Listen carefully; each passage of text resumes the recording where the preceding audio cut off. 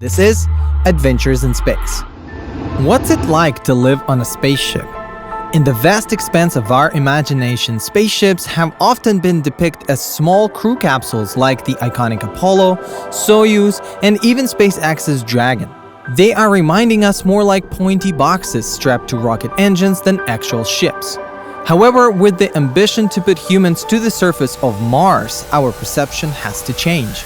The old space shuttle has been the closest we've come to a more legitimate vehicle for interstellar exploration. But now, we have the Starship. With the most recent Ship 25 iteration, it is a massive 9-meter diameter rocket that Elon Musk envisions as a means to transport thousands of people on a 6-month journey from Earth to a Mars colony.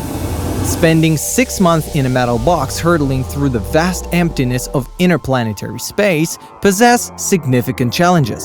Therefore, we must have high expectations for the interior environment of the Starship, and here's what we imagine it might look like inside.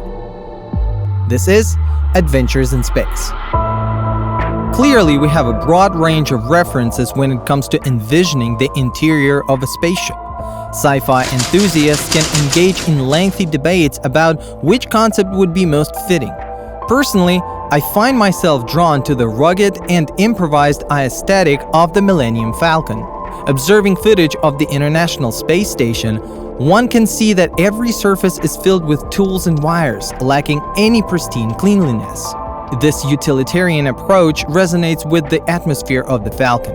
Yet for the Starship, we have to envision something more modest. This is Adventures in Space.